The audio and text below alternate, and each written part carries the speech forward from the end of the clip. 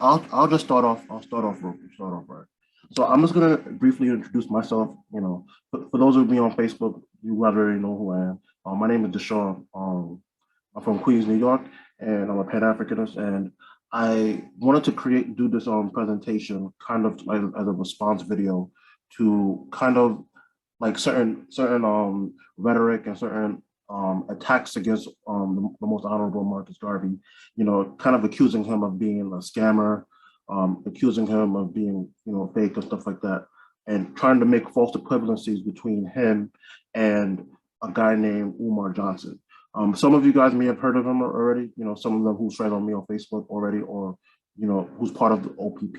You probably already know who Umar Johnson is, but I'm gonna explain who Umar Johnson is in a little while, and I'm gonna just break it down to kind of distinct, dispel some of these false accusations and of Garvey being a scammer and stuff like that. But before I start, I'll just give you an overview of who Marcus Garvey is, because some of you guys may not know.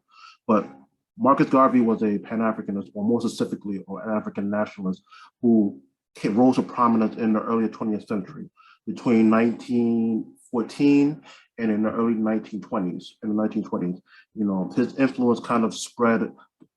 First started in Jamaica, where he started the UNIA or the Universal Negro Improvement Association in Jamaica, and then he moved over to the United States in New York and kind of spreading the movement for kind of to New York and stuff like that.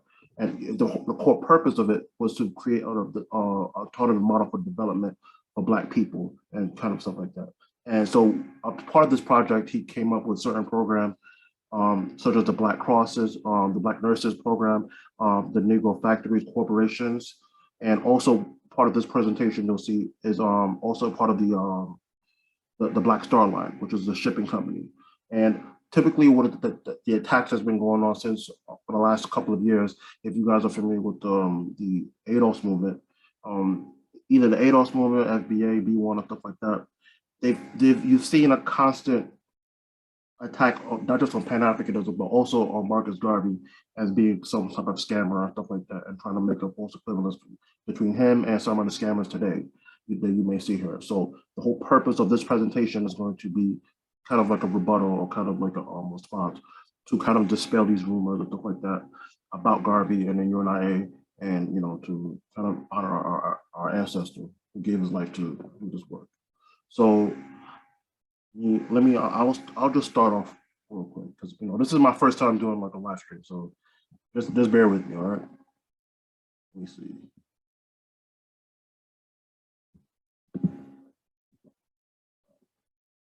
Okay, cool. So so like a brief introduction. The key objective of this presentation is dispel the Garvey accusation of being a scammer and falsely equating Garvey's efforts to Umar Johnson's attempts to start a black school for boys. Part A is going to deal with the proof of the UNIA operations of the Black Star Line, because there's a guy that's on YouTube whose name is Taz, and a few others who kind of make these types of accusations about him. And so I've seen some videos of him doing these things. So this is part of the purpose of doing this presentation, to kind of show that this was actually real and then actually operational and stuff like that. So that's kind of the purpose of part A, 1A. And part 1B is going to be discussing like the sabotage of the actual Black Star Line and how it operated and stuff like that, and how it was done. And then the last part, I'm going to definitively put the rest with the Garvey conviction, like Garvey's trial, going over Garvey's trial, how they were able to convict Garvey, and how those charges were basically false and was basically railroaded. So I just wanted to just that's going to be like the overall key objectives of what we are doing with the presentation. So let me see.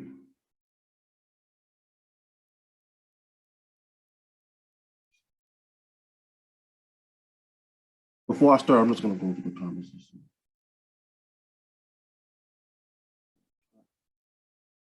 All right, cool.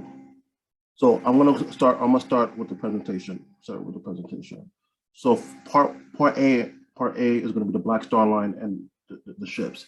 Now, one of the consistent things that I've been seeing, like seeing online and on YouTube and stuff like that, is that Garvey was a scammer and he was collecting money off of the Black community to take to enrich himself and do all of these type of nefarious things. And also, before I go into the introduction, like into this part, just to explain, if you guys don't know who Umar Johnson is, he's a very popular person within the Black community, who's part of the conscious community. He's a Pan-Africanist, and he's been, for like the last 10 years, he's been trying to raise money for Black school for boys, for Black boys. And he's been doing that for like the last 10 years. And so just to give you a little summary, and then there's been some accusations where he's been kind of mishandling funds. He's not being transparent with the people and all these type of things. So this is why you see this kind of natural comparison between Garvey and, or seemingly natural comparison between Garvey and Umar. So with part 1A, what I'm going to do is I'm going to explain that not just the Black Star Line actual operation that it was actually approved, but actual proof that Garvey and the UNIA actually bought the ships and had an operational. So just to prove the notion that there was this was some type of scam or whatever. So I'll show you the key differences. So I'm gonna get her to start. Let me get some water.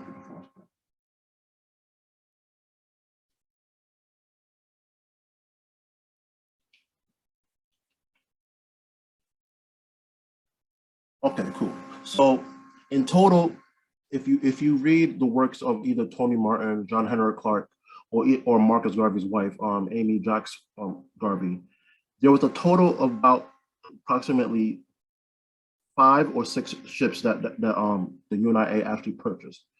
The main 3 that we're going to talk about is the Yardmouth, Shady Side, and Kanawha. Now, these are the 3 main ships that was in operational between the years of 1919 and 1922. So I'm using this as an example to prove definitively that Garvey actually was able to purchase the ships, because some of these guys online, they don't really see that if it's actually real or not. So let me just start. So names are the Yarmouth, Shady Side, and Kanawha. And also to the right, you'll see the example of the actual Black Star Line image. So you'll see it there. So I'm gonna just use an example for the Yarmouth. So I take these quotes from a book named Race First, the ideological and organizational struggles of Marcus Garvey and the UNIA from Tony Martin. If you guys are familiar with Tony Martin's work, and this book is probably the most authoritative book on Garvey's legacy and also the UNIA, and it goes deep into detail. I have the book on my wall also too, so that's where I get most of the information. And then I'm gonna also include more sources also too at the end of the presentation. So I'm gonna just use the first quote to just show definitively that this book with these ships was actually purchased and operational. So I'm gonna start with the first one. The first quote is, within less than 3 months of incorporation, the Black Star Line had amassed enough money, mainly from stock sales, to enter into a contract for its first ship. This was on September 17th, 1919, and the ship, the Yarmouth, was to cost $165,000, according to Tony Martin. Now, I want you guys to pay attention to that price number, because this is going to come down later on. So I just use this quote to just kind of like clear it up that this actually was real and then actually purchased the ship. So I'm going to use a second quote from the book that goes over to the Shady Side. The Alliance second boat, the Shady Side, was purchased in April 1920 for $35,000 and carried passengers on an excursion along the Hudson River 2 or 3 times a week. So that's another quote from the book to kind of prove that these ships were actually real and actually operational. And the next slide, I'm going to show you how it's actually an operation is real, so that you can just dispel this part of it, of the accusations. So, and then also I encourage you guys to go look at the book and read the sources, just in case you guys don't believe me, or if you have any follow up or whatever. And then you can look at the bottom left, you can see Tony Martin race first, and in the pages numbers, you can get these sources. So I'm gonna go to the next slide. And also, yeah, there's another quote. This is the yard mouth was valued at 165,000, with the owners accepting 10%. I'm sorry, with the owners accepting the deposit of 10%, and negotiated the charter for the ship at $2,000 per month. The deposit was paid, and through the contract would be complete, and a bill of sale agreed once another 80,000 was handed over. The owners consented to Garvey's wishes for the mass UNIA inspection of the Hope for the flagship ship. So that's kind of the overview over, just to establish that this was actually real. And then this is another book, if you guys want to look it up. It's called Negro with the Hat. I read that book a few months ago, and I feel like it's a very good balanced critique, and also overall documentation of the Garvey movement. So that's like a lot of one of my favorite books on Garvey. So I kind of that's why another quote, just another book to kind of get over. And I'm gonna go to the next slide. Now, to use this slide also too from Race First, I'm just going to use it as a way to just explain that it was actually the actual operations of the Black Star ships. So operational between 1919 and 1922, the ships made trips to Cuba, Jamaica, Costa Rica, and throughout the West Coast, shipping cement, whiskey, fruits, and more. So that's just a little overview. So another quote from the book: the Yarmouth eventually sailed on November 24th with some passengers and cargo from cement for I'm not going to pretend like I don't know it, for Cuba. They shipped it to Cuba, so I could have pronounced that probably. Sorry.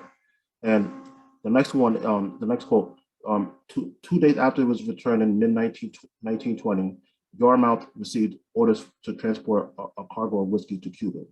Now, the whole purpose of me including these quotes is because I wanted to use these quotes as an example to prove that not only Garvey was able to purchase the ships, but the overall Black Star Line was actually operational. That's kind of the purpose of why I put these things in.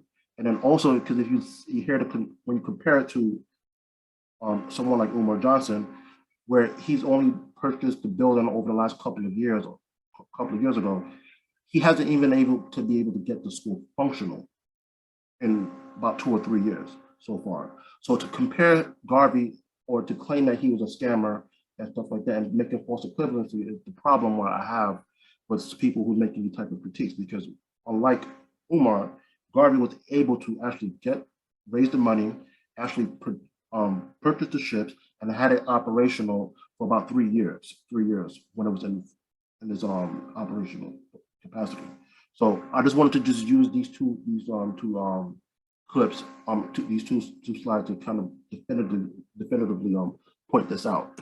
So yeah, so I'm gonna go to part 1B, and just the part 1B is going to go more in depth into what happened and what led to the fall of the Black Star Line, and it's going to go over the saboteur, the captain, and the engineers who was manipulating it and stuff like that. And we're going to also include citation also too, to kind of reiterate the point. So let me go to the next first line of this. Sabotage of the Black Star Line.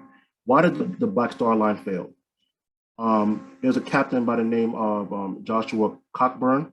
He was the lead captain. There was two captains. I forgot the second one. I think the last name is Richardson. But Captain Cockburn was the main captain of the ships and during the operations of the Black Star Line. And in this slide, I'm going to go in more detail about how the corruption of Cockburn, and then also the mechanical issues and stuff like that, kind of led to the downfall of the Black Star Line and stuff like that. So, and also just to give you guys a heads up, there's going to be some reading in here, so just bear with me and stuff like that. So let me just get some water before I start with this one.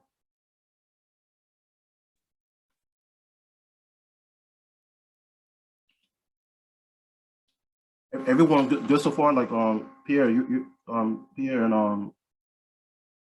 Charlie, you can hear me? Y'all good?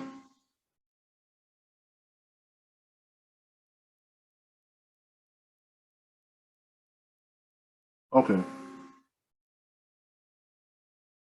All right, cool. Okay, cool. So I'm gonna go to the next one.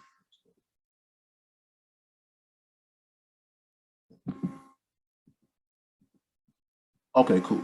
So sabotage of the Black Star Line, it's not. There's several different issues with the Black Star Line, and I'm gonna explain it in in both of these things. But for this slide, I'm gonna explain the engineer's role in this thing because Garvey had some white engineers who was working in the boiler room and the operations of the overall ship. And if you from these two quotes, you're gonna see how these engineers were kind of essential to be able to lead to lead to the destruction or like the mechanical issues of the Black Star Line. So I want to explain. I'm gonna start with the first one. I'm gonna use the yard mark with the first one. So from Tony Martin's Race First book, he uses several quotes. From Cuba, Cockburn informed Garvey that the white engineers had tried to run the ship aground. A few days later, on December 5th, this is 1919. Cockburn again complained that the white engineers were causing trouble. So this is this kind of similar pattern that you're going to see later on when I explain it again. So the next one, this is on the Kanawha ship. So from Cuba, oh, I'm sorry, I missed it. Yeah, sorry, sorry about that. I was on the wrong slide, but yeah. So this is for the Kanawha ship.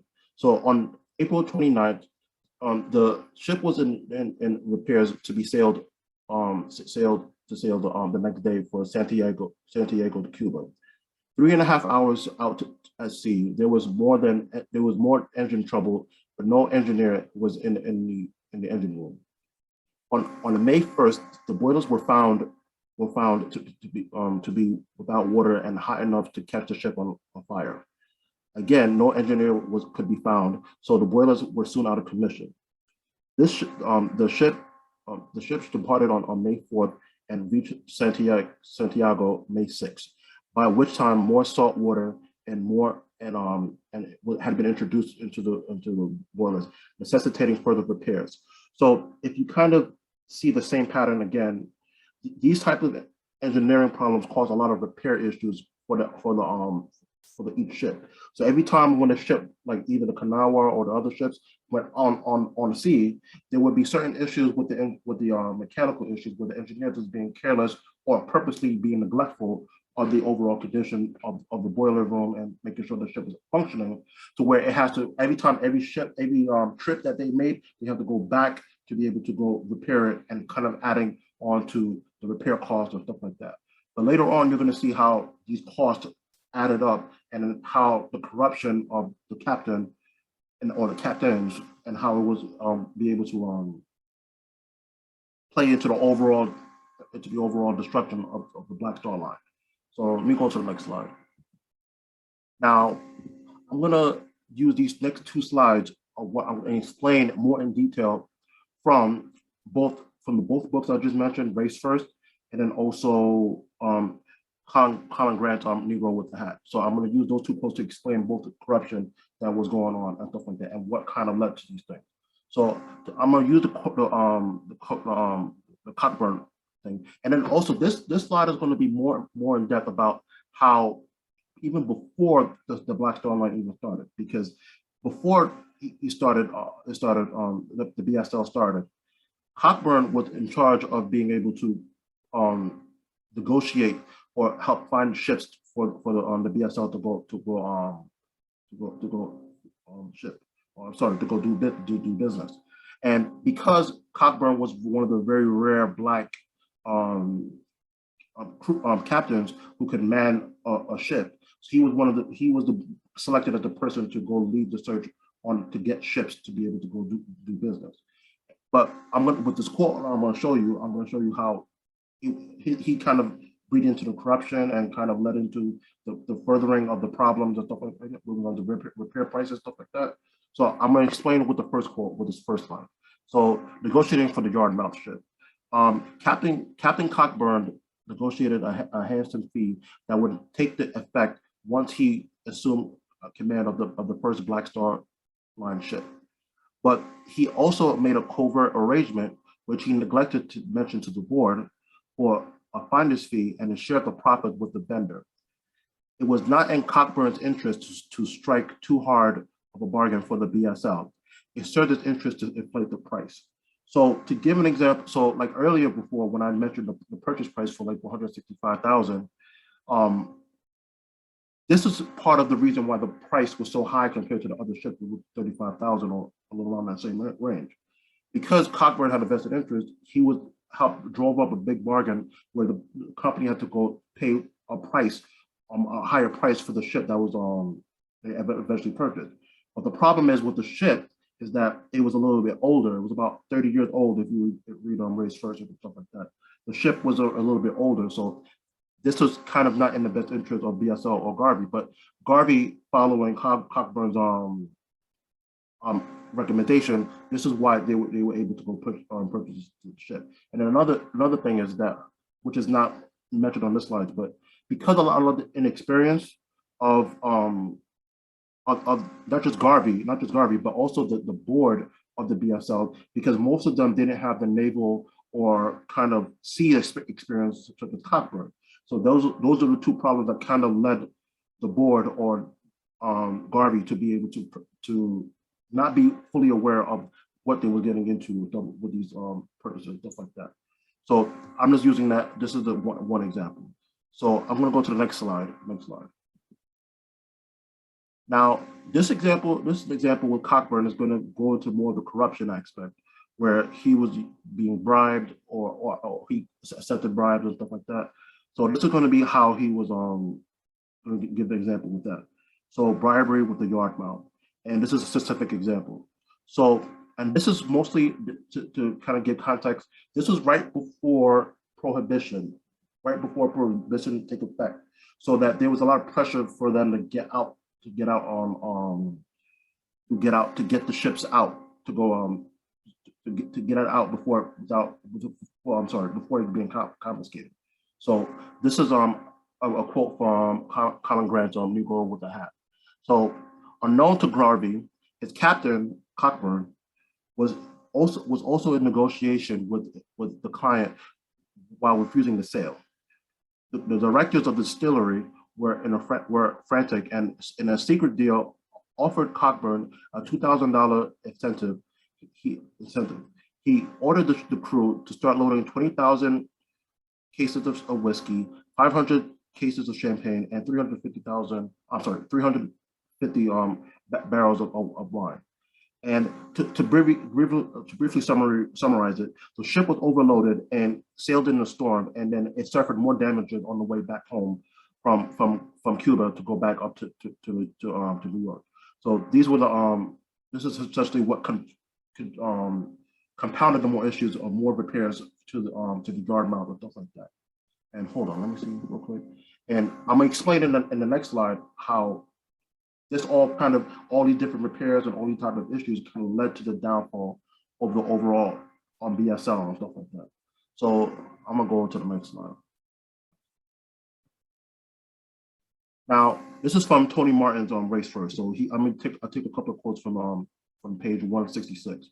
So this is what Tony Martin writes. The greatest blow to all Garvey's shipping ventures came from the gaffed, thievery, and sabotage of many of his employees. There can be little doubt that the white engineers of the Yarmouth and Kanawha practically destroyed those ships. The inflated bills bought the officers kickbacks up to 30%. A BSL lawsuit against a New Jersey-based company for charging $11,000, $791.74 for negligently executing a 2,500 repair job was dismissed for lack of jurisdiction. So if you guys see this as an example, which I'm going to show in the next point, Cockburn admitted to to being one of five who shared an $8,000 kickback out of the 16,500 down payment on the yard mount. He and another BSL official shared a $2,000 bribe to expedite the departure for Cuba with the whiskey cargo. So hopefully with all these quotes, you guys get a good idea of how kind of like the environment and how the overall downfall of the BSL kind of came apart, from the corruption and from also the issues with the engineers kind of manipulating and destroying like the boilers and stuff like that. You kind of see what actually led to the downfall of overall BSL on the Black Star Line. But this is why I kind of use these different quotes to give an overall picture of it.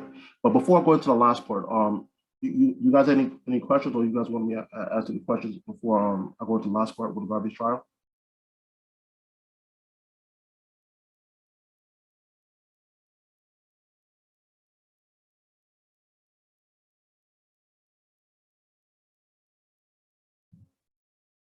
Okay, all right. I think we're cool. So maybe to the end, if you guys want to ask me any questions, you can ask me afterwards. Now, but before I start, let me just get some water real quick.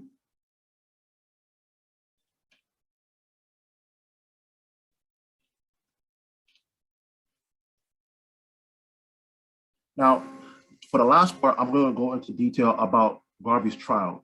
Now, this was basically a sham trial. It's not really based on any particular evidence, but I'm just going to use these two slides to kind of give overall picture of of how Garvey's conviction was led to. It wasn't really based on any strong evidence of any type of corruption or any type of misdealing or stuff like that, trying to solve securities, like fake securities and stuff like that. Because this is something that I also saw like a couple of weeks ago on YouTube, where someone was saying that Garvey was selling fake securities and stuff like that. But in this slide, in this part two, I'm going to explain how this was basically false. This is basically false. And I'm going to show you the little evidence that they used to convict Garvey on. To convict Garvey on the mail fraud charges. So I'm going to go ahead again. Okay, cool. So Garvey's trial. So lack of evidence and informants. A trickle of disgruntled stockholders presented themselves voluntarily to the Bureau of Investigation, the BOI. If you guys don't know what the BOI is the predecessor to the FBI. So it's the Federal Bureau of Investigation. It was a predecessor. It was in the 1920s and stuff like that. In the 1930s, it became the FBI. So I'm just giving you guys the overall view on that. Now, 10 of thousands of small investors had bought small shares totaling close to $1 million in the Black Star Line, but they were never more than a handful of Thomas Court who made formal complaints to the authorities. Thomas Court is probably one of the very few people who made complaints against the authorities to Garvey. So that's who he was. Like a Thomas Court, there's very few of them. So investors largely spurred the overtures and inducement by Bureau agents who penetrated the Black Belt in search of anti-Garvey litigants. So this was kind of like in the buildup to the Garvey trial. And so they were looking for people to be able to testify against Garvey that he defrauded the people and stuff like that. And they couldn't find them. They only found a handful of people who was like Thomas Court. If you read page 327, to give you, Colin Grant gives more context for who Thomas Court was. He was kind of like an overzealous investor and stuff like that. But this is probably the very few evidence. This is just a small indicator of the very small evidence that they even have against Garvey. So I'm going to go to the next slide. And this is also from Colin Grant, Negro with a Hat. So this part is going to go into the trial of Garvey and during the trial. And also before I'll give this quote, one of the few mistakes that Garvey did make in this trial is that by firing his attorney and representing himself, because he's a little overconfident, Garvey thought he would be able to defend himself more better, and the reason why he fired the attorney is because the attorney was was suggesting him to take a plea deal or stuff like that, and Garvey wasn't really having it. So that's why he fired the attorney. But I still think, based on if you read this page or read this section of the book, it explained why it was not a good deal for a good idea for Garvey to represent himself in this trial. So so yeah, so I'm gonna use this quote. I'm gonna read this. I'm gonna explain this. I'm gonna read this quote and then I'm gonna explain why it wasn't a good idea for this. So in order for Garvey to be found guilty of fraud, the prosecution would have to prove that the President General Garvey had sent out advertisement through the post, encouraging investors to buy shares in the Black Star Line, knowing that those shares would be worthless. Strangely, the case turned on an empty envelope. The prosecution maintained that its witness, Benny Dancy, had been sent a BSL circular advertising. BSL circular advertising shares in the SS Philly Wheatley. Those are one of the other ships that Garvey had. But Dancy's only proof was an empty envelope bearing a BSL stamp. So in the next slide, I'm going to give you another context from Race First and Tony Martin's book that this kind of complements this quote also too, to understand the context that this is very little evidence that they convicted him of. And then also of the four people who was tried with Garvey was the only one that was convicted and the other three wasn't. So, that's another context to give you too. So this is basically the little evidence that they have. So they were using basically the circulars or the ads that was in the newspapers that Garvey was putting in newspapers to be able to advertise the Black Star Line and selling shares to raise money for the Black Star Line. So I'm gonna go to the next slide and I'm gonna explain for the next slide from a race first perspective, race first quote. Now, the key evidence, government's key evidence which led to Garvey's conviction. The prosecution produced an empty envelope bearing the Black Star Line. I'm sorry for that stamp, but bearing the Black Star Line stamp, claimed that a particular letter promoting the BSL had been posted in it. Benny Dancy testified that government agents had come to his house and handed over the envelope to them. He could not remember in that particular envelope, though he often received mail from the BSL, UNIA, and Negro Factories Corporation. So to use these both slides and these both quotes, it's kind of to give you context to understand that these accusations that Garvey was guilty of fraud or like defrauding the people or like securities fraud and stuff like that. This is kind of like good, give you guys good context of stuff like that this stuff is not true. And that's why I kind of use this added this part of the presentation to this group. So that's why I included this. So yes. So that's pretty much for the overall overview of this presentation.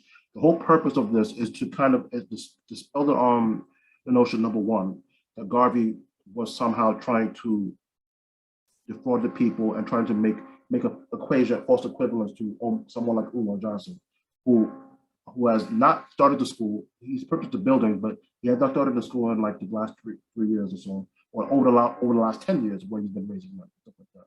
So this is the whole purpose of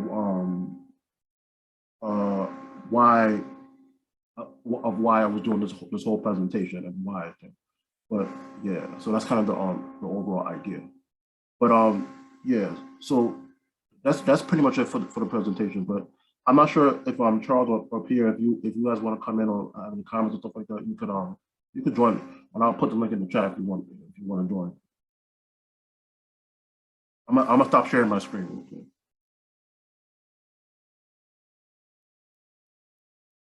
And I'll share the link if anyone wants to participate or stuff like that.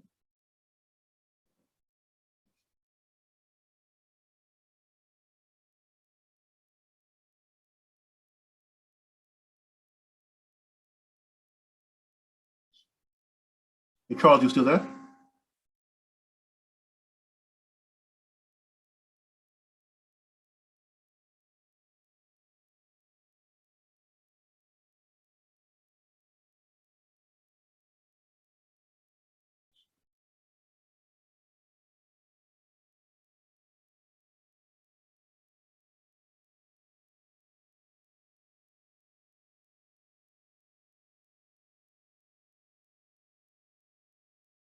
Let me see if Pierre. Let me see if Pierre.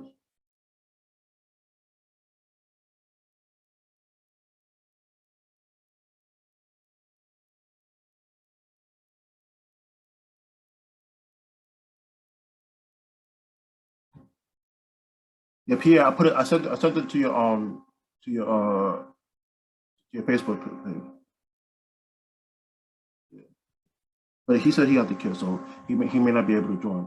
But hopefully that this presentation was a good overview and gives it like a good understanding or give a good context with of kind of dispelling these type of rumors and stuff like that about Garvey being a scammer and all this type of thing. Because unlike someone like Omar, Garvey has actually executed parts of his vision. He actually purchased the ships. He actually started the BSL and actually had it in operation. So that's kind of the whole point of this presentation, and kind of like to be able to kind of dispel these type of rumors. So yeah.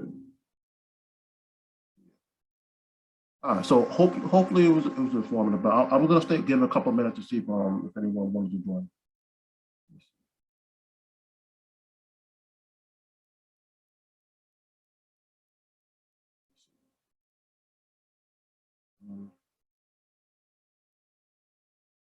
Let me see.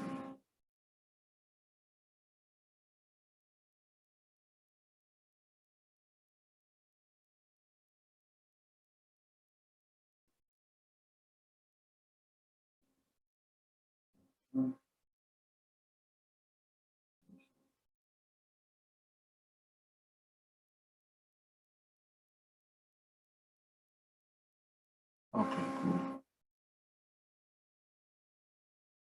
All right. Yeah. But also Charles, if you heard me, thank you for joining me, man. I appreciate that still. Um, yeah. And I think Pierre might be coming, but I think he have the kid with him, so I might not sure if he can join. But hopefully because this is also my first time on live, so I definitely appreciate you guys for at least let me see. I see Pierre coming.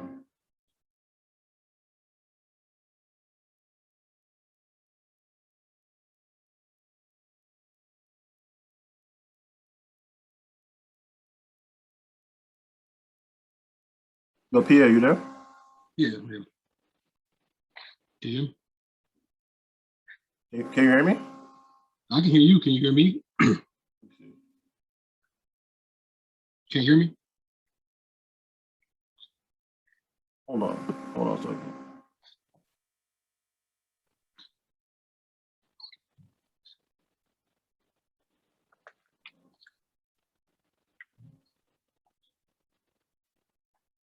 Yo, my thing was off Yep. the whole damn time, man. Yo, my headphone was off.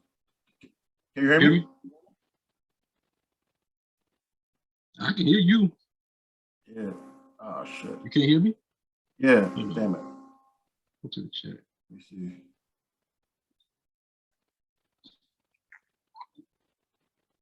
Hold on. I can't hear you. That's the problem. Okay. Shit, I don't know why. Let me see. Might should be on here. Let me take these. Yeah, now I hear you. Yeah, there you go. Because Oh, this you thing hear was me messed now? up. Yeah, I can hear you now. Yeah. Okay. Okay. And what's up, man? But how you like the presentation, man? Yeah, it was great, man. Mm-hmm. It was good. And it was quick for you to get all that information in. Yeah, I know, man. It took me It like a was couple good. of hours to be able to finish it, though. Oh But yeah, yeah, yeah. The because the thing presentation. is, with this with the because like the last few months, because you ever heard like a guy named Taz, like because I remember watching his videos and some of the ADOS people keep making these type of rumors and stuff like that, or not rumors but accusations that Garvey is a scammer and he was trying to like hustle the people and stuff like that. But when we start reading these different type of books, and also I mentioned another book, Garvey and Garveyism, you kind of see like these things are not true, and I don't think that a lot of these guys even read or be able to kind of understand these type of things. But yeah, go ahead, man. No, you're not. Are you live? Yeah, I'm live. Yeah, You still live? yeah, Okay, yeah. I ain't know it, but no, that's cool. yeah. I mean, so this is what, because I mean, a lot of people just COINTELPRO and they just say to, try to discourage his legacy. Because all you got to do is realize is that Garvey couldn't be like any of these scammers, because he actually, damn, am I still here? Okay, he actually had organization, you see. So Garvey was an organizer. He had and I'm saying he, but you got to remember, this was an organization. He was just the president of the organization. He was elected. He was democratically elected and chosen as the leader of this organization that then had these endeavors, Black Star Line and whatnot, but he had checks and balances because he wasn't a dictator, so Garvey couldn't just scam people and yada, yada, yada and do whatever he want. Like anybody, I'm not gonna say nobody names like they do, because if it's my school, or if it's my church, it's mine. I'm the leader. I make the last decision. I make the call. I'm keeping track of the money. I'm keeping track of the donations. Ain't no books. The UNIA had accountants, and like this was a real organization. So this is why you can't compare Garvey to any of these, to nobody today, really. Not even just Umar or Polite or anything. Nobody could be compared. He had chapters in 3 continents. I keep saying he, but the UNIA, he organized chapters in Africa, in Europe. But you know how Garvey and the UNIA is kind of synonymous. Of course, but I want to make it clear that I'm not just saying like he's the one that's doing all this, like a Umar or Polite. Like he was the leader of an organization. He started, of course, and he should get the credit that he gets, of course. But he had checks and balances. He was elected. You see, also, go ahead. Yeah, and then also there's people that missed the history. I like that you mentioned the history of the organization. There's other people like Heretta Davis, or I forgot, I got that right. Heretta Davis. It was key organizers and Black women and others who were also very instrumental to the overall, not just the BSL or like the overall UNIA, but also to the New World. So I like to know you mentioned that also too, because all throughout the presentation, I was kind of mentioning Garvey, but without this whole organization, there was a system of people that was there.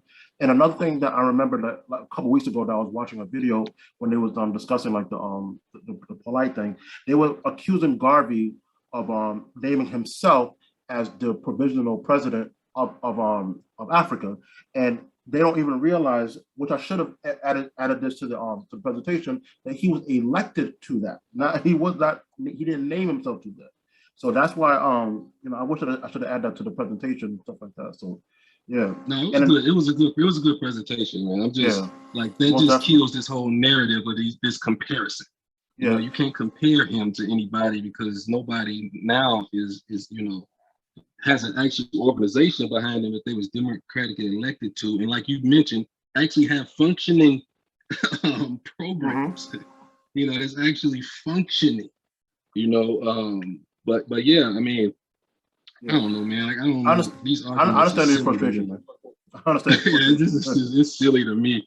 And I just really, you could tell, like you say about the ignorance, I just think it's just an attack. Honestly, I just think it's just they, I don't know if they paid, if they agents, or whatever, but it's just really just baseless attacks. It doesn't. It's white people that said that his trial conviction was a fraud. I've read white sources that said it was ridiculous. Like it was just a railroad. Like this ain't even coming from him. This is coming from people that was against him. Negroes that fought him even said that he, later that it was just an attack. It was nothing. Like it literally was no proof to prove that he did anything illegal, which is why they eventually had to I don't know if they expunged it. They never really took it off the record. No, they didn't took it off the record. They got it expunged or something like that. And Obama. Go ahead. Yeah, and Obama, who at the last minute, who was getting out of office, he still refused to even clear his to clear Garvey's name. Still, like when he's had nothing to lose, he could just expunge, clear his record, Garvey's record. When his family or his sons, Garvey's son, tried to ask to do that, he couldn't do that either. So I'm glad that you brought that up too, because I just remember that too. Of course he couldn't. Of course he couldn't, because they wouldn't allow him. It's not his decision. You see, it's his master's decision. And they're gonna say, "Boy, hell no, you're not doing that."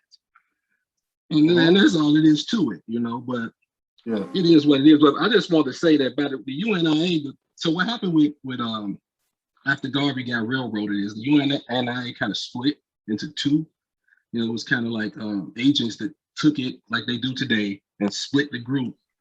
But the original UNA, his true followers kept their organization, and they're still around today. I know one of the I think organizers. I think because I didn't get a chance to research it a little bit more, but there was a guy named Carlos Cooks, right? Carlos Cook, yep. Yeah, Carlos Cook.